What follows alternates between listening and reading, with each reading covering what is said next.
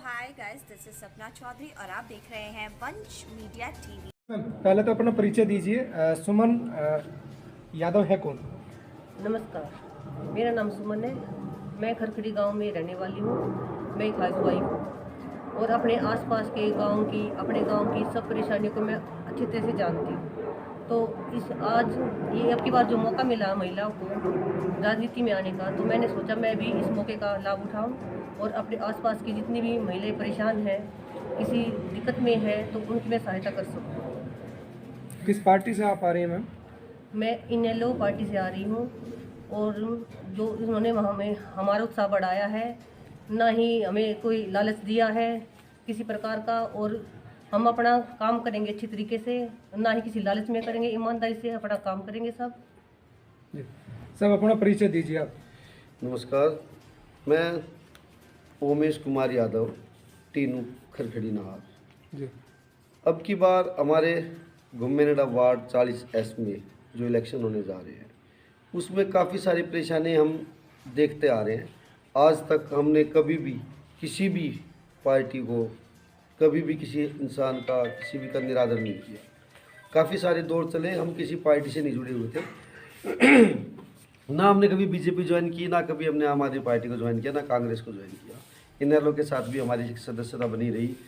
भाई भरत सिंह के वजह से उनके साथ हमारे ताल्लुकात अच्छे थे। उन्होंने इसलिए थे क्योंकि वो बहुत अच्छे समाज सेवी थे। उन्होंने हमारे इस गांव को, नजरगढ़ के अंदर उनकी कॉन्स्टिट्यूएंसी में नहीं आता था, फिर भी हम कभी अपने गांव की समस्या लेके वहाँ गए तो उन लोगों ने हमारी बात सुनी और भाई साहब ने उसका समाधान भी किया। यहाँ से मेरा पूरे समाज में, अपने आसपास घुम्मेनडा वार्ड में सिर्फ एक ही मैसेज देना जरूरी है कि हमारे गांव में पंचायतों का बहुत बड़ा योगदान है। सब एक दूसरे की शर्म करते हैं, बड़े बुजुर्ग आते हैं, बोलते हैं भाई अब की बार हमारे गांव को मौका दो। तो पिछली बार कई सालों से हम देखते आ रहे हैं कि हमारे जितने छोटे छोटे गांव हैं, हमारे कम से कम 16-17 गांव ऐसे हैं छोटे छोटे, जिन गाँव में 1000-1000, 1100-1100 वोटें हैं। क्या वो नेता बनने के हकदार नहीं है? क्या वो समाज सेवा नहीं कर सकते? लेकिन उनको इसलिए पिछड़ा कर दिया गया है कि कुछ ऐसे बड़े बड़े गांव हैं जिनमें ज़्यादा वोटें हैं, तो क्या नेताओं का ठेका उन गाँव ने ले लिया? हमेशा उन लोगों को ये बात महसूस करा दिया हमारे जैसे गाँव के कि तुम नेता नहीं बन सकते, तुम सिर्फ वोटर बन के रह गए।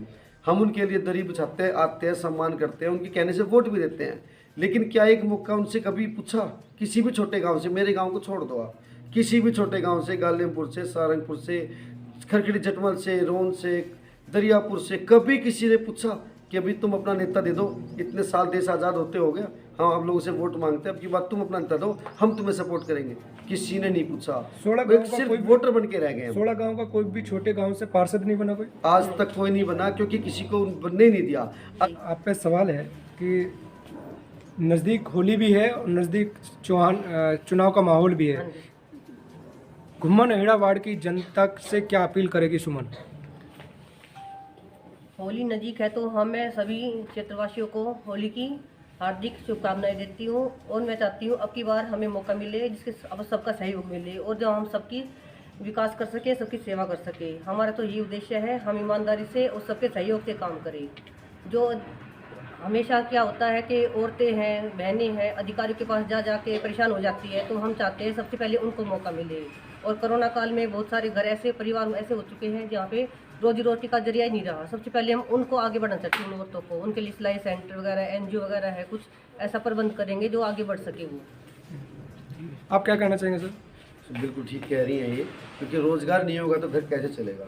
जब घर नहीं चलेगा तो इंसान क्या करेगा? दिमाग काम ही नहीं करेगा, वो उल्टे सीधे काम करेगा। इससे अच्छा ये पहले फर्स्ट प्रायोरिटी में रोज़गार होना चाहिए। उसके बाद जितने भी छूटे हुए काम हैं, जैसे डिस्पेंसरी, पशु का, हमारे गांव देहात है, सबके घर में पशु है, यहाँ पे कोई भी पशु का अस्पताल पास में नहीं है। हम कोशिश करेंगे कम से कम, अगर किसी छोटे गांव में अस्पताल ना खुल सके तो कम से कम मोबाइल डिस्पेंसरी हम प्रोवाइड कराएं कि जाके उनके जानवरों को, पशुओं को देख सके, और इंसान जो बड़े बुजुर्ग हैं दूर नहीं जा सके, उनके लिए मोबाइल डिस्पेंसरी। जनता देख रही है आपको, क्या अपील करेगी घुम्मेनडा की? हम घुम्मेनडा से ये अपील करेंगे कि हमारे साथ उन सभी जितने भी भाई बहन जो भी है, जो परेशानी से जुड़ रहे हैं, इन नेताओं के पास वोट मांगने जब नेता आते हैं तो बहुत बड़ी बड़ी बातें कर लेते हैं, लेकिन जब टाइम आता है तब ये लोग कहते हैं कि यार वैसे मौसम बदलता है तो हम भी बदल गए, हमारा क्या कसूर है?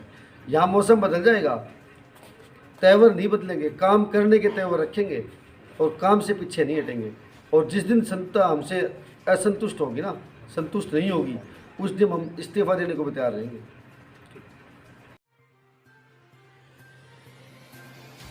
और इस पे आपको बहुत बहुत अच्छे कामों की वीडियोस मिला करेंगी, तो मिस मत कीजिएगा, जल्दी से सब्सक्राइब कीजिए और जो भी आप देखिए उसके नीचे कमेंट्स कीजिए अच्छे और देखते रहिए वंश मीडिया टीवी।